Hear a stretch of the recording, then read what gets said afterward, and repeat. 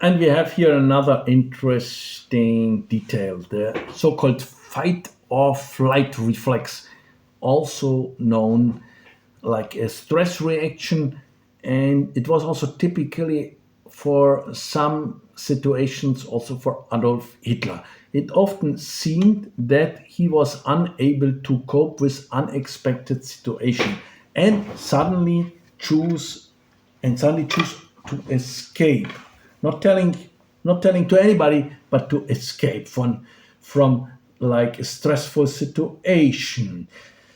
For example, at an important meeting with Gregor Strasser in 1932, where practically the survival of the party was at stake, Gregor Strasser was quite a very strong party member who was also negotiating with other parties in this time, and there were some rumors that he will split up the party even in 1932.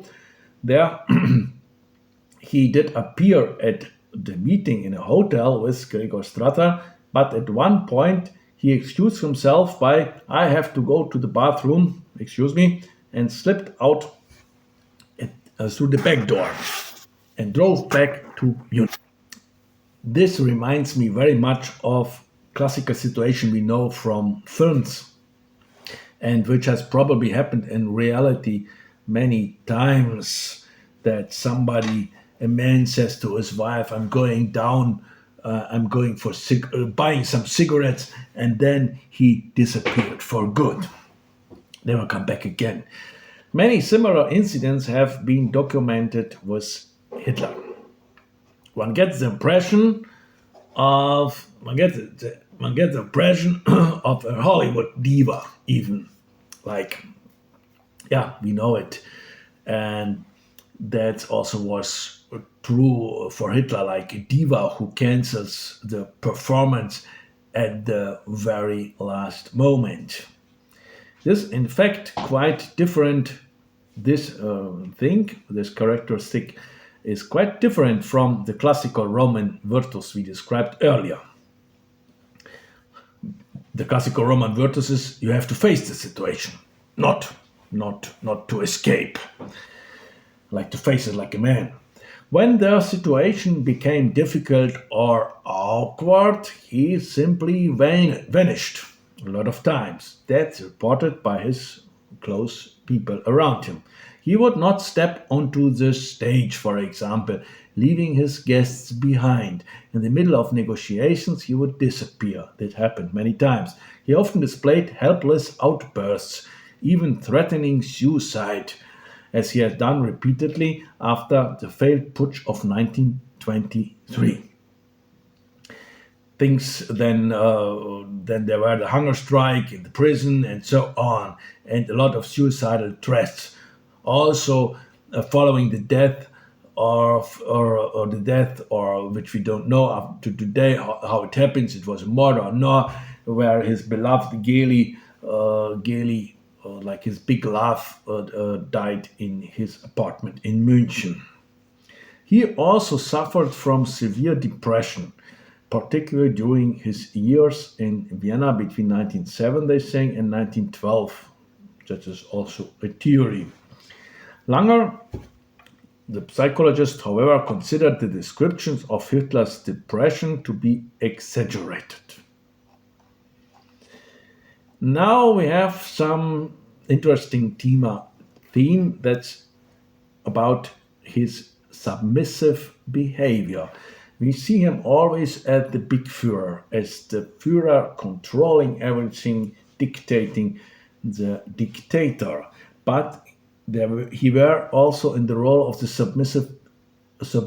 in the role of to be submissive.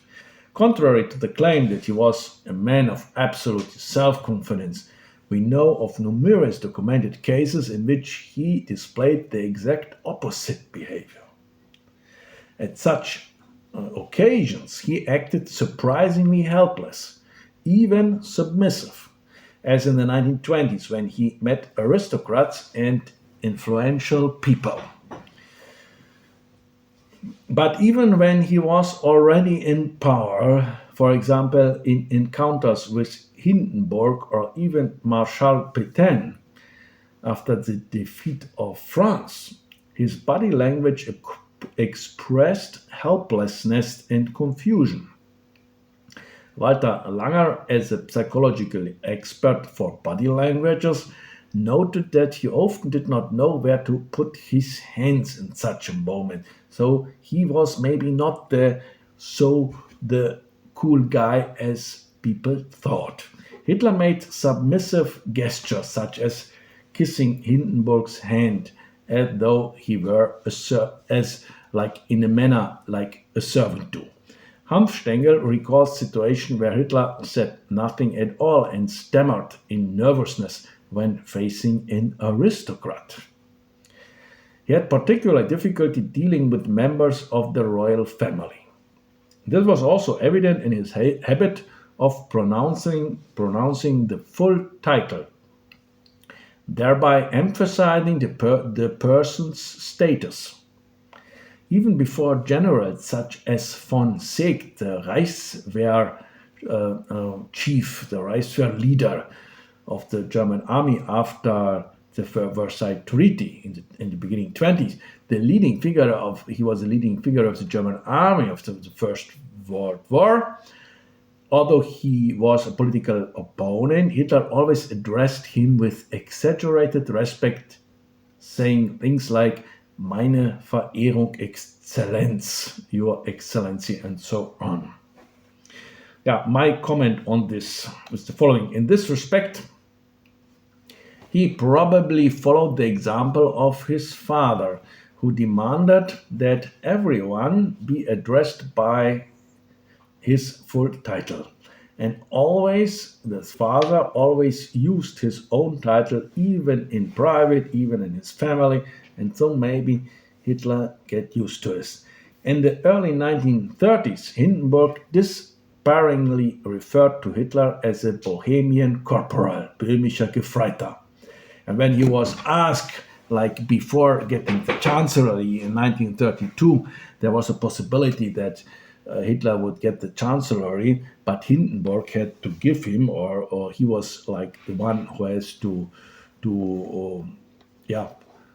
agree. Hindenburg said, I cannot, a Bohemian corporal cannot be a chancellor. Or this Bohemian corporal, I cannot imagine him being chancellor. General Ludendorff also held a poor opinion of Hitler after their joint putsch in 1930 and 1923. Yet Hitler continued to treat him with restraint and respect, even even after seizing power in 1933, where he could have done differently.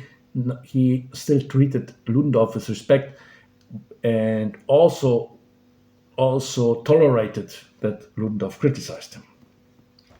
Toward journalists, he also displayed insecurity, even fear of interviews, insisting on knowing the question in advance, for example. He did not allow colleagues, not even his closest followers, to use informal address with him.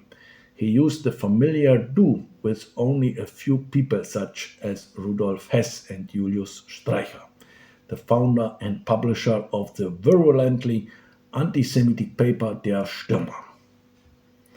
Most other close party members and associates, such as Hermann Göring and Heinrich Himmler, were never addressed informally, like never with the du, like always they were addressed very polite, with a polite form, with a Z.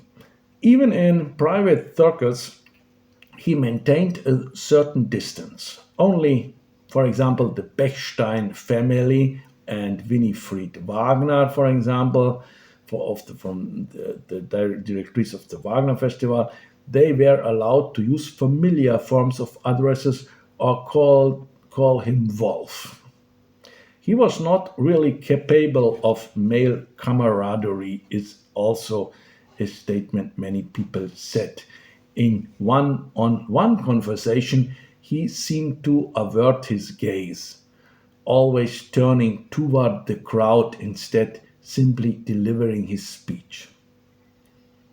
So there was no real give and take communication, only the repetition of cliches such as when I did this or that, when I was in Vienna, when I was at war, and so on. When I. So it's like typical for a narcissistic personality not capable to take part in a conversation.